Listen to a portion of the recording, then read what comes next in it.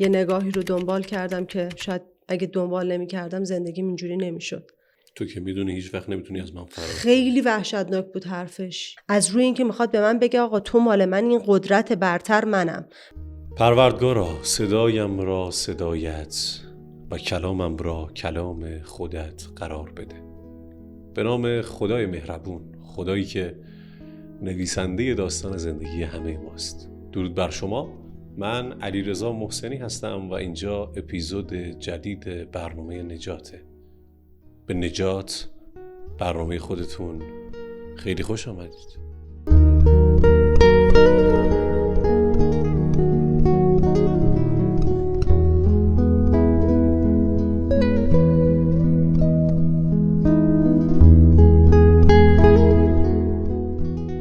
نجات، کاری از علیرضا محسنی. خدای بزرگ رو شاکرم که این فرصت رو نصیب من کرد تا یک روز جدید رو ببینم و در این روز جدید یک برنامه نجات جدید رو تقدیم شما بکنم. امروز یک مهمون عزیز داریم که قراره با هم دیگه سرگذشت زندگیش رو بشنویم و امیدوارم که این برنامه هم مورد توجه شما قرار بگیره. خدمت شما درود میفرستم و خیلی خوشحالم از اینکه شما رو میبینم. خیلی متشکرم. منم همینطور. زنده باشید. یه اسم و سن ممکنه خودتون بگید؟ من هانیه هستم، 27 سالمه. هانیه جان خیلی خوش اومدی به برنامه خودت و خیلی خوشحالم که میبینم. اگه ممکنه به اندازه چند سانتی متر میکروفون رو به خود نزدیک کنی، چون احساس میکنم آروم صحبت میکنی. بله. چرا؟ خیلی آدم آرومی هستی. آره خیلی توان اینکه یهو توی یه برد صدای بلندی بخوام صحبت بکنم نیست. حالا تو بد میکنه؟ کلا از صدای زیاد خیلی خوشم نمیاد، از صدای بلند خیلی خوشم نمیاد، ذهنم به هم میریزه. خیلی عالی. من خودم عاشق صدای آروم و ملایمم، ولی بیننده ها عصبی میشن، میگن مهمون خیلی آروم حرف میزنه ما نمیشنویم. روی این حساب اگر ممکنه یه ذره بلندتر صحبت کن که صدا واضح باشه و خوب ضبط بشه که بیننده های ما هم یه وقت گوششون اذیت نشه و خسته نشه. خدمت شما عرض کنم که داستانی که داری رو من خیلی برش واقف نیستم و نمیدونم که حول محور چه موضوعیه. ازت میخوام که بگی این اتفاق به تازگی در زندگی افتاد یا نه خیلی قدیمیه؟ این اتفاق برای حدوداً 2 سال پیشه. من با اینکه 2 سال از زندگیم گذشته، از اون اتفاق گذشته، ولی زندگیم همچنان درگیرشه، هم زندگی شخصیم هم زندگی اجتماعیم. برای همین نتونستم ازش جدا شم. یعنی اتفاقایی که برام افتاد تو زندگیم هیچ وقت نتونست منو از اون اتفاق جدا کنه. هنوز یه چیزی که باش کنار نیومدی و تبعاتش رو تو زندگی اصلا می‌بینی؟ چیزی نبوده که من بخوام باش کنار بیام، چیزیه که من باید باش کنار بیام. اتفاقایی که برام افتاده نمیشه، از من جدا نمیشه. خیلی عالی. خب چطور میتونیم ببینیم این اتفاقات چیه که شما رو اینقدر درگیر خودش کرد؟ من یه تجربه شاید خیلی میشه گفت عادی، مثل همه، یه آشنایی با یه آقایی داشتم توی دوران دانشگاهم. خیلی طبیعی، خیلی همه چیز عادی پیش رفت. ما هم دیگر رو دیدیم، یه نگاهی رو دنبال کردم که شاید اگه دنبال نمی کردم زندگیم اینجوری نمیشد. عاشقش شدم. اوایل فکر میکردم حرفایی که بهم میزنه، چیزایی که بهم میگه خیلی از روی عشق و محبت و دوست داشتنه، ولی متاسفانه اینجوری نبود. یه برنامه‌ای بود که یه اتفاقی بود که منو ناخواسته درگیرش کرده بود. با این آقا مدت طولانی دوست بودم، زمانی رو سپری میکردم، خیلی تجربه‌های خوبی داشتم. جملاتی بهم میگفت که شاید اون اوایل با خودم میگفتم که خب چقدر حس خوبیه که تو این حرفا رو بخوای کسی که دوستت داره بشنوی. ولی بعدن که ریزره رفتیم جلوتر دیدم نه، این این کلاهتون رو ممکنه بذاری؟ حتما.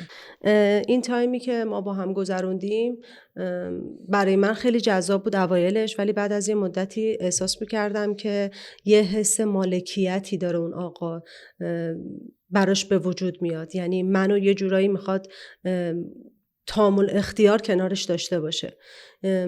یه تجربه هایی داشتیم، یه لحظه هایی رو میگذروندیم که دیگه داشت برای من ترسناک میشد. یه سایه‌ای بود که انگار همیشه تو زندگی من هست، چیزی نبود که من ازش بخوام جدا شم، جایی نبود که من بخوام برم و اون نباشه، با اینکه حتی اطلاعی هم نداشت. با اینکه من خب بالاخره تایمای کلاسمون مشخص بود، میدونستم که خب شاید تو دانشگاه هم دیگه رو ببینیم، ولی میدیدم یه موقعی که من اصلا بدون اینکه به کسی گفته باشم یا به خودش گفته باشم من یه جایی تو دانشگاه میرم حضورش رو حس میکنم. این بر من خیلی ترسناک بود. یعنی حتی وقتی خودش نبود حضورش رو هر جایی که بودی احساس میکردی؟ خودش بود ولی من بهش نگفته بودم که باش. یعنی من میرفتم دانشگاه، انگار لوکیشن تو میدونست همیشه. آفرین، دقیقاً انگار از قبل مطلع بود که من قراره برم دقیقاً. یعنی جایی که سعی می‌کردی بپیچونیش هم باز می‌فهمید کجایی. اوایل قصدم پیچوندن نبود، اوایل دوست داشتم که ببینم علت چیه، یعنی این چند باری که این اتفاق افتاده آیا ناخواسته بوده یا نه عامدانه بوده.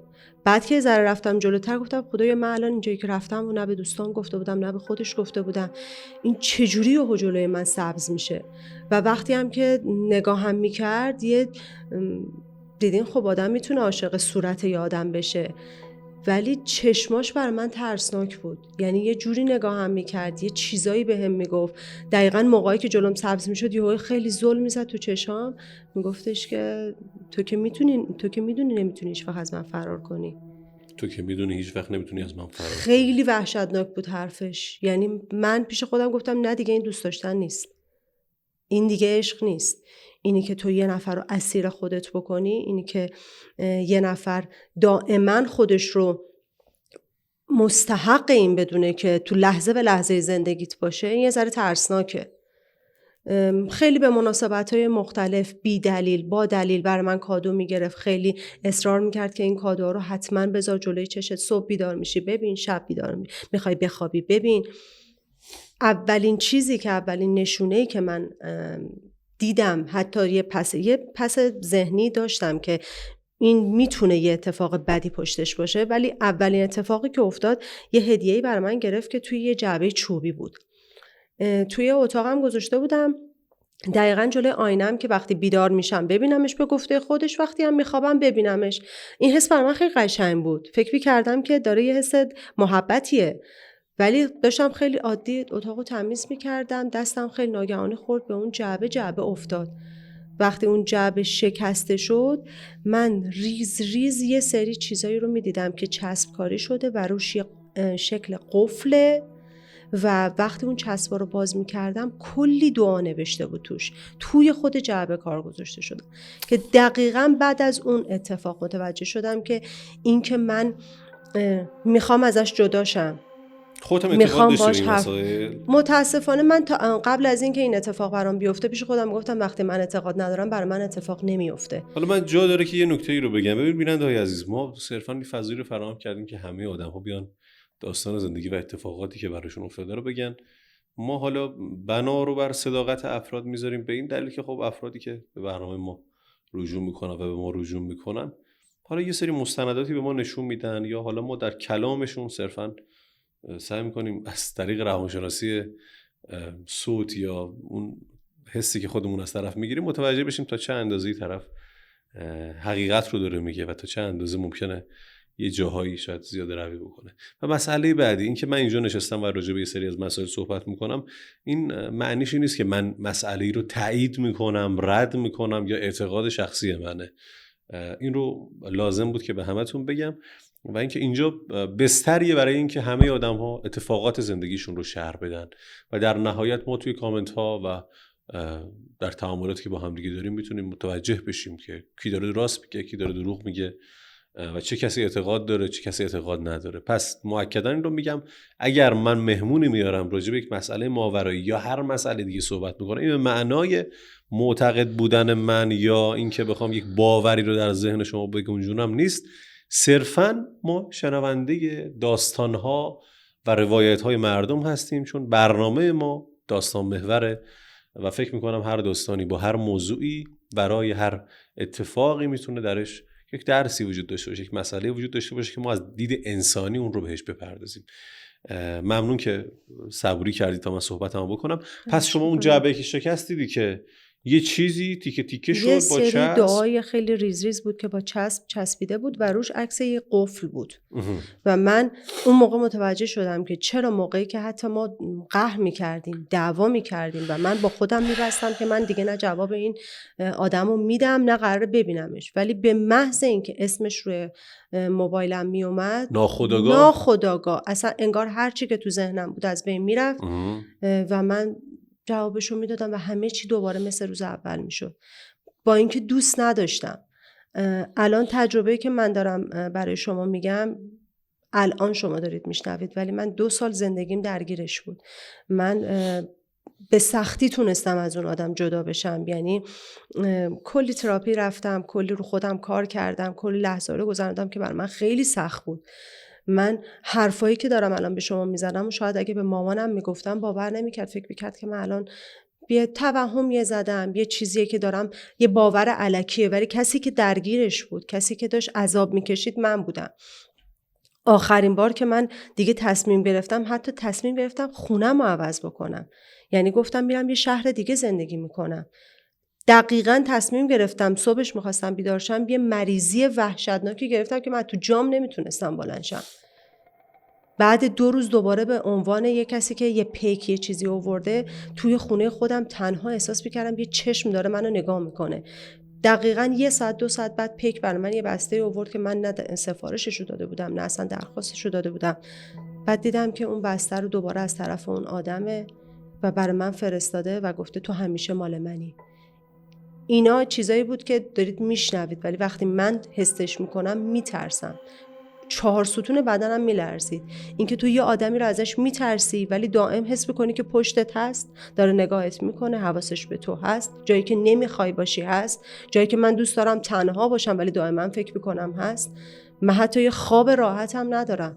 من الان 2 سال تموم یه خواب ممتد 4-5 ساعته ندارم. دائما دارم 1 ساعت میخوابم، خواب میبینم، میترسم، بلند میشم. قرمزی چشم من، دست لرزشم، همه چیم به خاطر اون اتفاقاتی که داشته میافتاده. و من الان زندگی عادی ندارم. چیزایی که دارم برای آدمو تعریف کنم شاید صرفا یه داستان باشه، ولی وقتی خودت قرار میگیری تو اون داستان میفهمی که لحظه به لحظهش برات خیلی سخته. اینکه خانواده‌ات، کسایی که تو رو دوست دارن، تو دوستشون داری، نمیفهمن تو چی میگی. من با تراپیستم 3-4 بار تراپیست رو عوض کردم تا باورم کنه، چون یه سریا عقیده ندارم به این چیزی که من دارم میگم. مثل خود من برام اتفاق افتاد، به چشم خودم دیدم که تونستم، دیگه مجبور شدم که اینو قبولش بکنم. با تراپیست صحبت کردم، یه ذره رفتیم جلوتر، کلی جلسه با هم گذروندیم که تونست باور بکنه آقا این چیزی که من دارم میگم توهم نیست واقعا. معتقد شد حالا 4میه دیگه من تونستم متقاعد بشم که یه ذره منو راحت‌تر. تراپیستتو متقاعد کردی؟ آخه میدونید متقاعد شدن چیزی که من تجربه کردم قرار نیست به شما ضرر برسه. بله متوجهم. شما توی شرایط خاصی قرار گرفتی و حس ترس و خوفی که شاید داشتی خیلی دامن زده به این مسئله. هر چیزی که بویه رو، این انرژی رو 10 برابر تو زندگی شما آورده و مسلما بله یه جایی احساس میکنی که شما رو نمیفهمه، احساس تنهایی میکنی. کاملا درکتون میکنم. من نمیخوام بگم که شما دارید کار اشتباهی میکنید، حرف اشتباهی میزنید، اما خب برام جالبه که انگار مسائلی که راجبش حرف میزنید با ترس شما و اضطراب شما هی گنده‌تر میشه و هی پیامدهای بیشتری برای شما داره. این اگه فقط یه ترس بود، یه توهم بود، من میگفتم خب به قول شما طبیعیه، توی موقعیت قرار گرفتم که هر نشونه کوچیکی رو میتونم واسه خودم چون اضطراب دارم بزرگترش بکنم. ولی وقتی به عینه یه نشونه‌هایی بر من اتفاق میافتاد، وقتی من حضور یه نفر رو حس میکنم 2 ساعت بعد یه نشونه ازش میاد، این دیگه توهم نیست. بله. این دیگه ترس نیست.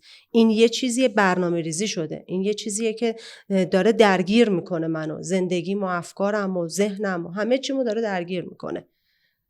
یعنی چیزی نبود که من به شما بگم فقط صرفاً یه فکر بوده. من کلی نشونه براش دیدم، کلی اتفاق براش دیدم. این آدم عین یک چی بگم، نمیخوام بگم مثل جن، ولی تو زندگی من مثل جن بود. موقعی که می اومد میرفت جایی که اصلا من فکرشم نمی‌کردم حضور داشت، جایی که اصلا هیچ آدمی اطلاع نداشت اونجا بود. اتفاقایی که تو زندگیم پشت هم افتاد یه چیزی بود که منو داشت یه جوری، خودم داشتم بین مرز واقعیت و توهم میموندم. من میخوام بیشتر به این اتفاقات دامن بزنی و صحبت بکنی. از این اتفاقای عجیب در مورد این آدم چقدر برات میفته؟ چه اتفاقات یه بار خاصی بهتون میفته؟ گفتم دیگه قصد کردم من از اون شهری که داشتم زندگی میکردم برم بله. و فرداش یه حال عجیبی، یه مریضی عجیبی. گفتم شاید مریضیه، خب مریضی بوده، هر کسی میتونسته این مریضی رو بگیره، ولی مجدد گفتم من تصمیم میگیرم، میخوام برم. ماشینمو سوار شدم، گفتم میرم به سمت گفتم میرم سمت شمال، چون واقعا از لحاظ روحی خسته شده بودم. گفتم میرم یه تایم رو میگذرونم، اگه من نبینی شاید همه چی از سرش بیفته. توی شمال داشتم میرفتم، رانندگی میکردم، تنهایی هم داشتم میرفتم. یهو ماشین یه صدای خیلی عجیب غریبی داد. اصلا ماشین من جوری نبود که بهتون بگم بخواد خراب بشه یا چیزی. یه ماشین صفر گرفته بودم، خیلی عادی داشتم باهاش همه جا میرفتم. یهو دیدم تو جاده یه صدای خیلی عجیب غریبی داد و من از ماشین پیاده شدم. جاده‌ای که داشتم میرفتم خیلی مه‌آلود بود. یهو دیدم از توی جاده یه نفر، خوشحال شدم، فکر کردم میخواد بیاد کمکم بکنه. یه جعبه ابزار آورد، هرچی نزدیکتر شد من همینجوری دهنم بازتر موند که دیدم این آدمه. نگاش کردم، گفتم تو اینجا چی کار میکنی؟ این توهم نیست تو ذهنت؟ یعنی زندگی من بین مرز واقعیت و توهم هست. یعنی من تو جاده شمال داری میری، ماشینت خراب میشه، میزنی بغل و این آدم با جعبه ابزار میاد بهت کمک میکنه. من پیش خودم گفتم حتما این ماشینمو دستکاری کرده، این یه کاری کرده که من الان اینجام. این یه چیزی بوده که میدونسته، یعنی خودش آمادگی رو داشته که من قراره خیلی یعنی آدم باهوشی بوده، صرفاً از طریق یه آدمی بود که صفر تا 100 و قشنگ واسه خودش میچیند. من بهتون گفتم دانشگاه میرفتم، برنامه دانشگاهی منو داشت، ولی من روزایی رو میرفتم که برنامه‌ام نبود. میرفتم کتابخونه، تک و تنها میشستم درس میخوندم، صدای نفس پشتم حس میکردم، برمیگشتم این آدمو میدیدم. توی خونه خودم گرفتم نشستم تنها، هیچ احدی تو خونم نبود. بدترین روز زندگیم روزی بود که من بلند شدم، هیچ کس تو خونمون نبود، رفتم خونه، داشتم دوش میگرفتم، تق تق صدای در می اومد، در حمام زده شد. یعنی من رعشه تو تنم بود، نمیدونم چجور اومدم بیرون. تو خونه تنها داری زندگی میکنی؟ تنها زندگی میکنی؟ بله، ولی خب پدر مادرم میان و میرن. تو خونه من وایساده، من هیچ وقت نه کلید بهش داده بودم، نه جوری بود که انقدر رفت آمدمون صمیمی باشه که بدون اینکه به من بگه وارد خونه بشه. در رو باز کردم، نگام کرد، گفت تنها؟ یاره 4 ستونم میلرزه. گفتم یعنی چی تنهایی؟ تو به چه اجازه اومدی تو خونه من؟ گفت اجازه نمیخواد، من مال تو هم تو مال منی، اصلا دلیل نداره ما بین هم اجازه از هم بگیریم بخوام همدیگه رو ببینیم. میخواست کنار من باشه، میخواست، به زورم شده. میفهمیدم این دستی که میخواد بیاد دست بغلم کنه از روی حس نیست، از روی این که میخواد به من بگه آقا تو مال من، این قدرت برتر منم، من میتونم داشته باشم به تو رو. من میخوابیدم، شبا گرفتم خوابیدم، تو خواب حس کردم یه نفر داره گلومو فشار میده، ولی من چشمو باز میکردم این حس رو همچنان داشتم. این حسی که یه نفر گلومو گرفته، این حس خفگیه که آقا تو نمیتونی راحت نفس بکشی. حالا دیگه ذهنت از شدت این ترس و شوک روانی که داره وارد میکنه، وارد یه مرحله شده که بین حقیقت و مجاز نمیتونه تمیز قائل بشه. هیچ اصلا نمیتونستم. الان دارم جلو رو نگاه میکنم، روبرومو نگاه میکنم، خب این آدمی که دارم میبینم اونه، یه مرد دیگه است. یعنی دائما یه چیزی بود که انگار توی جلوی چشمم این تصویر بین این آدم و آدم دیگه داره قاطی میشه. تو میگی که من توی حموم بودم، در حموم میزد، چطور جیغ نزدی یا مثلا نترسیدی؟ اصلا صدایی از من در نمی اومد. اون لحظه که میدیدمش انگار تار صوتی من توان این که داد بزنه نداره. شما اولش به من میگه آروم حرف میزنی، من نمیتونم بلند حرف بزنم. من میترسم از این که یه نفر بیاد جلوم داد بزنه یا من بخوام داد بزنم. انقدر توی خواب من از ترس فریاد زدم، صدایی که تو خواب بعد بلند شدم دیدم فقط دهنم باز، من دارم زور میزنم، این صدایی از من بیرون نمیاد. دیگه کارش به جای رسیده بود که فقط نمیخواست منو کنترل بکنه، میخواست یه جوری همه رو از من دور بکنه. یعنی میگفتش که اگه تو فقط مال منی، برای هیچ احد و ناس دیگه ای نیستی. بعدها من خیلی اتفاقی بلند شدم، گوشیمو چک کردم، دیدم من به یه سری از دوستام یه دایرکتایی دادم که روحم هم خبر نداره. یه دوستای صمیمی داشتم که باهاشون حرفی زدم، وایسا رو باز می‌کردم، یه سری فوش داده بودم بهشون، یه سری حرف، یعنی یه چیزایی گفته بودم که اصلا محال ممکن بود من این کارو بکنم. بعداً متوجه شدم این واقعا توان این که بخواد منو کنترل بکنه و از طریق من یه سری رفتار بکنم که خودم روش هیچ اختیاری ندارم، واقعا تونستش. من اصخایی میکنم مثلا تا قبل از این اینجوری نبودی که مثلا چه تو شبا تو خواب راه بری، حرف بزنی، اختلال روانی، قرصی چیزی استفاده بکنی؟ من حتی سیگار نمیکشم، مواد مخدر مصرف نمیکنم، هیچ چیزی نبود که من با این شرایط ها حتی 1% بخوام خودمو برگردونم بگم خب من یه بار این اتفاق برام افتاده ممکنه خودم باشم. آخه چیزایی که داشت اتفاق میافتاد چیزی نبود که من بگم یه باره دو باره. من دوباره بعد از اون شمال که ماشین خراب شد گفتم خب ماشینم خراب شده، میتونم تاکسی بگیرم برم. با دوستم که تو شمال بود هماهنگ کردم، گفتم الهام من شب خونه شما. تاکسی گرفتم، وسیله هامو بستم، تاکسی پایین منتظر بود، با چمدون سوار تاکسی شدم، در ماشین رو باز کردم، نشستم، دیدم برگشته، یه نگاه میکنیم که خودم میرسونم. یعنی من فقط توی تاریکی الان متوجه نشدم تاکسی یعنی چی خودم میرسونم؟ برگشت خودش بود، راننده تاکسی خودش بود. برگشتم میش گفتم تو که خودم میرسونم. مگه تو اسنپ نگرفتی؟ من میگم ماشین گرفتم، تاکسی گرفتم که منو ببره شمال پیش دوستم. آها تاکسی تلفنی؟ بله. اصلا با آدم صحبت کردم، صداشون صدا نبود که من 1% بفهمم. تلفن تو رو شنود نمیکرده این آدم؟ من هیچی نمیدونم، امکانش هست. از اون آدم همه چی برمی اومد. از تاکسی پیاده شدم رفتم بالا، برگشت از ماشین پیاده شد، یه لبخندی به من زد، یعنی بدون بفهم که تو نمیتونی کاری بکنی که من مطلع نباشم. همون شب با الهام صحبت کردم چون منتظر بود برسم بهش. گفت چرا نیومدی؟ داستانو کلشو براش تعریف کردم. من چیزی نبود این داستان که بخوام برای هر کسی تعریف کنم. براش تعریف کردم، شبونه خودشو رسوند به من، گفت من پیشتم، نگران نباش، یه مدت من کنارت میمونم. یه شخصی رو بهم معرفی کرد. اون شبی که رسید اتفاق خیلی خوبی افتاد، یعنی احساس می‌کنم خدا برام چنین چیزی رو خواست که الهام حرف منو باور کنه. چی شد؟ همون شبی که رسید ما وسیله‌اشو جابجا کردم، گرفتیم کنار هم خوابیدیم. صبح من دیدم داره با خیلی آروم و یواش میگه هانیه. گفتم چی شده؟ گفت انگار صبح یعنی صبح، شب خوابیدیم، صبح شد، روز تازه داشت شروع میشد. یهو دیدم داره بهم میزنه میگه هانیه. گفتم چی؟ گفت یکی بیرونه، فکر کنم یا بابات یا مامانت اومده. گفتم نه، اونا الان فکر میکنم من شمالم، چون اصلا براشون تعریف نکردم که چی شده. گفت بیا بریم پس ببینیم چیه، من نمیدونم. درو باز کردیم، دیدم خیلی راحت، انگار که یه کار عادی داره میکنه. میزو برامون چیده، صبحونه برامون درست کرده، اومده. بعد میگه که خب بیدار شدید، بیاید صبحونه بخوریم. فقط الهام منو نگاه کرد، گفت چرا این آدمو خفش نمی‌کنی؟ من هیچ کاری نمیتونستم بکنم. انگار دست و بال منو بی‌حسی زده بودم، فقط داشتم روبرو رو نگاه می‌کردم. الهام یه ذره دل و جرأتش از من بیشتر بود. کل چیزایی که رو میز بود و ریخ پایین، شروع کرد با دوربین ازش فیلم گرفتن، شروع کرد بهش فحش دادن، از خونه پرتش کرد بیرون. گفت تو چجوری میتونی تو خونه‌ای که 2 نفر هستن و هیچ اطلاعی ندارن اینجوری راحت میای جلو؟ درو بست و اومد گرفت نشست پیشم، گفت فقط چاره کار تو 1 نفره که من بهت معرفی میکنم. خب الان ریاکشن همسایه‌ها کسی چی دید؟ هیچ. اصلا اون موقع صبح فقط الهامون از خونه بیرون کرد و درو بست. من دیگه هیچی نمیدونم که بیرون از اون خونه چه اتفاقی افتاد. آخه پنجره می اومده، کلید داشته، من نمیدونم، کلید تو کپی کرده. اصلا من هیچی نمیدونم. انقدر اشراف داشت به زندگی من که من خودم رو یه آدم بی اختیاری میدیدم. میگفتم من اختیاری ندارم، اون داره برام تعیین تکلیف کنه که چیکار کنم چیکار نکنم. الهام به من گفت یه نفر رو بهت معرفی میکنم، بالاشون برو پیشش. یه آدم خیریه، خیلی معروفه، آدمیه که میتونه کمکت بکنه. با اینکه اصلاً پام کشیده نمیشد به اون سمت، چون میگفتم آقا نمیشه، هیچ کس نمیتونه منو کمک کنه، من اصلا نمیتونم از این آدم جداشم، تموم شده.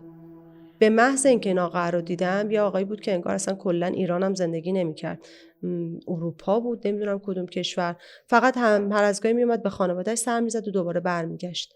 چجوری ارتباط گرفتی باشه؟ از طریق الهام من به معرفی کرد، من رفتم باشه قراری گذاشتم.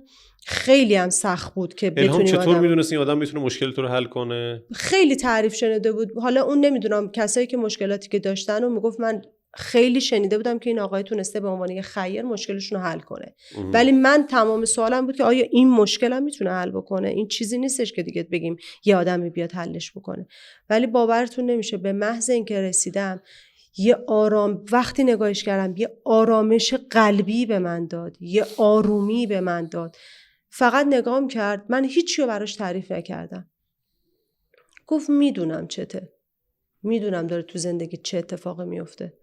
یه تایمی رو تحمل کن، نجات پیدا میکنی. تنها راهی هم که میتونی نجات پیدا کنی این که خونت رو عوض کنی. من فقط داشتم نگاهش میکردم، همینجوری اشک میریختم که چقدر خوبه یه نفر حرف منو باور میکنه. چقدر خوبه که من بدون اینکه بخوام به آدمات التماس کنم که آقا بفهم من چی میگم، باور کن من چی میگم. اون آدم همه حرفای منو باور کرده بود قبل اینکه اصلا من بهش بگم. منو فهمیده بود. گفت تنها کاری که میتونی بکنی خونت رو عوض کن. گفتم مشکل مالی دارم، من الان دارم تنها تو این خونه زندگی میکنم. پدر مادرم سنشون زیاده، نمیتونم فعلا جابجایی داشته باشم. یه پاکت پول به من داد، دلار بود. گفتش که خب این پولو فعلا بهت قرض میدم، خونت رو جابجا کن. یه شماره به من داد که گفت اگه 1% هر زمان هر موقع دست و بالت باز شد به این شماره کارت هر چقدر میتونی پول بزن که بتونی قرضی که داری میدی و صاف کنی. من رفتم به محض اینکه رسیدم خونه با الهام گفتم که چی شده چی نشده. گفت همین کارو باید بکنی، چیزی که داره میگه درسته. و من وقتی خونه رو عوض کردم انگار این آدم آب شد رفت تو زمین. من دیگه ندیدمش، هیچ اثری ازش نبود تو زندگی. یعنی این آدم یه ربطی به اون خونه داشته، یه کاری با اون خونه کرده بود، یه چیزی بود که من هر کاری تو اون خونه میکردم این متوجه میشد. نمیدونم، میگم خیلی عجیبه این واقعا. یکی از عجیب، مثلا نمیدونم الان اینو ربطش بدم به مسائل ماورایی، من نمیدونم ربطش بدم به اینکه با تکنولوژی، من واقعا نمیدونم. این خیلی عجیب و غریبه. سر تا سر داستانتون واقعا عجیبه. و از اون عجیبتر همون آدمیه که اینقدر دنبال شماست. خیلی نمیدونم آدم خطرناکی بوده، عاشق بوده، مریض بوده، عاشق گانگستر بازی بوده. این یه آدمی بود. تجربه‌ای که من با این آدم داشتم این بود که احساس می‌کردم وقتی قدرتش رو به هم نشون داد که یعنی فهموند به من که آقا تو مال منی و من تصمیم گیرندم، انگار راحت شد و حالا رفته سراغ یه آدم دیگه‌ای که اونو بتونه. یعنی اینکه تو میترسیدی از این حجم، از لذت میبرد. این ترسیو که از من انگار تغذیه میکرد، انگار کیف میکرد، انگار مثلا یه قدرت شارژی داشت، این ترسای من اونو شارژش میکرد. بیمار روانی بوده به احتمال زیاد. قطعاً، چون هیچ آدم سالم نمیتونه با زندگی یه نفر کار بکنه. خیلی عجیبه. من واقعا نمیدونم چه نظری باید راجع به این آدم بدم. فقط میتونم تنها چیزی که بگم اینه که با اینجور آدم‌ها نباید با زبان بسته رفتار کرد. آدم یه جایی توی زندگی یه موقعیتی قرار میگیره که میبینه دائما داره تهدید میشه. یعنی حرکت دوست تو یه جوری تو رو نجات میده که این آدم احساس میکنه نه همه از من نمیترسن. خب اونم زن بوده. نشون میده که نه من میتونم در مقابل تو بایستم. من دیدی بعضی وقتا یه فیلمایی توی اکسپلور میاد خیلی جالبه، مثلا یه شیری، پلنگی، خرسی میاد یه جایی، یه گربه میپره، مثلا اون شیره رو فراری میده، هم میگه گربه سگ اینجا بود نتونست کاری بکنه گربه. و خیلی عجیبه انگار این آدم با اینکه مثل تو زن بوده، شاید حضورش به یه مرد نمیرسیده، وقتی در مقابلش میسته و دفاع میکنه میزنه زیر کاسه کوزش، اون آدم حواسش جمع میکنه که نه این تو بمیری از اون تو بمیری ها نیست. چه درسی خودت گرفتی از این داستان؟ برات پندی داشته؟ برات عبرت آموز بوده یا نه صرفا یه اتفاق عجیب تو زندگیت بوده؟ نه واقعا من هنوزم زندگیم درگیرشه. الان تجربه‌ای که کردم باعث شد خیلی سخت میتونم با آدم‌ها اعتماد بکنم. اینکه یه آدمی بخوام باهاش در ارتباط باشم برام خیلی سخت شده. دیگه به هیچ کس نمیتونم اعتماد کنم. میترسم. خیلی هم مهمه که حالا مخصوصا اونا که تنها زندگی میکنن، حالا چه دخترش چه پسرش، با چه آدم‌هایی ارتباط میگیرن، با چه کسی رو به حریم خودمون راه میدیم، با چه افرادی رفاقت میکنیم، به چه افرادی حتی لبخند میزنیم، به چه افرادی محبت میکنیم. یه پرونده جنایی رو میخوندم، یکی از مخوف‌ترین پرونده‌های جنایی بود، خیلی هم جالب بود. یه آقایی میره وارد یه کافه‌ای میشه، یه خانم اینجا نشسته بوده که خانم خیلی توپلی بوده، حالا من نمیخوام خیلی یه جوری بگم ناراحت بشه کسی، یه خانم بوده که بیش از اندازه حالا وزنش زیاد بوده. این مرد به صورت اتفاقی به اون زن لبخند میزنه و و اون زن شروع میکنه هر جا این مرد میرفته تعقیبش میکرده و این میتونم برم پروندهشو بخونم. این تعقیب و گریز به حدی میشه که فکر میکنم آخر سر این مرد بنده خدا یه بلایی سرش میاد. یعنی یک لبخند به یه آدمی که نمیشناخته باعث میشه اون آدم احساس بکنه نه این به من یه توجه ویژه‌ای داره، یه دلبستگی بیمارگونه درش ایجاد بشه که دیگه تاوانش اون آدم بده و خیلی مهمه. اگه منم اون نگاهو هیچ وقت تو دانشگاه ادامه نمیدادم شاید هیچ کدوم از این تجربه رو نداشتم. یه نگاه، واقعا یه نگاه. خیلی وجه اشتراک میبینم بین این پرونده و اون پرونده. خیلی جالبه. خونده بودین اینو؟ نه متاسفم. پرونده جالبه. مثلا من دقیق خاطرم نیست، گفتی حاله گنگی ازش تو ذهنم شکل گرفت. در کل آدم واقعا با حواسش جمع کنه که وقتی با یه نفر ارتباط عاطفی حتی نیمه عمیق برقرار میکنه ببینیم آدم تا چند بعضی دیگه خیلی سریع درگیر میشن. بله. بیمارگونه عاشق میشن، دست از سر ما بر نمیدارن. هر چقدر این آدم رو بیشتر تو زندگیت نگهداری تبعات بیشتری میدی و هر چقدر زودتر بتونی این آدم ها رو با کمال احترام اگر شد اگر نه با تیپا از زندگیت بندازی بیرون که بتونی زندگی آرامش بیشتری داشته باشی. چون واقعا آدمی که بیمارگونه عاشق میشه و برای به دست آوردن هر کاری میکنه از گرگ درنده هم خطرناکتره، چون اون به هر قیمتی میخواد شما رو به دست بیاره و این هر قیمتی خطرناکتره. یه وقتی به چه میدونم به کارهای عجیب و غریب متوسل میشه، یه وقتی با ترس میخواد شما رو به دست بیاره که بگه ببین من چه آدم کنترلگریم و از راههای مختلفی میخواد شاید شما رو تحت تأثیر قرار بده و این تحت تأثیر قرار دادن با هر روشی خیلی خطرناکه. بچه‌ها دقت بکنید واقعا تو ارتباطتون با آدم‌ها. من خودم تجربه همچین اتفاقی دارم که یه آدمی عجیب و غریب سیریش بشه به قول ما امروزی‌ها و دست بردار نشه و بعد دست به کارهای خطرناک و عجیبی بزنه که برای اینکه خودش رو تو ثابت بکنه و این هیچ ربطی هم به چهره اون آدم نداره ها. می‌بینی ماشین زیر پاش خیلی خوبه، چهره خیلی خوبی داره، موقعیت اجتماعی خوبی داره، اما اینجا خوب کار نمیکنه، درست خط نمیده، آنتنش مشکل داره. خیلی متشکرم. همه گفتنی رو گفتی. بله. سپاسگزارم از اینکه اومدی، دغدغه رو بیان کردی، این آگاهی رو به همه دادی که همه آدم‌ها مراقب ارتباطاتشون باشن. تنها قصد منم از شرکت تو این برنامه همین بود. سپاسگزارم. که بتونم تجربه زندگیم باعث بشه که آدمای دیگه این تجربه رو نداشته باشن. سپاس از شما. امیدوارم که خیرش رو تو زندگیتون ببینید. کار خوبی کردید، کار بزرگی انجام دادید. سپاسگزارم ازتون. از همه شما بیننده‌های عزیز برنامه نجات سپاسگزارم و ممنون که تا انتهای این ویدیو همراه ما بودید و ما رو تماشا کردید. امیدوارم که این اپیزود مورد توجه شما قرار گرفته باشه و از اون مهمتر براتون مفید واقع شده باشه و تونسته باشید چیزی رو از این ویدیو دریافت بکنید و یاد بگیرید. اگر دوست دارید در برنامه نجات شرکت بکنید میتونید از طریق آیدی هایی که در تصویر میبینید اقدام بکنید و میهمان بعدی ما شما باشید. عزیزانی که حالا به زبان‌های دیگه چه می‌دونم عربی و ترکی و اینها مسلط هستن هم میتونن در برنامه ما شرکت بکنن. ما هیچ محدودیتی برای شرکت در برنامه نداریم. یعنی اگر حالا من نمیدونم به زبان فارسی مسلط هستید اما خودتون فارسی زبان نیستید میتونید هم تو برنامه ما شرکت بکنید و داستان زندگیتون رو برای ما تعریف بکنید. مراقب خودتون باشید تا برنامه نجات بعد. بدرود.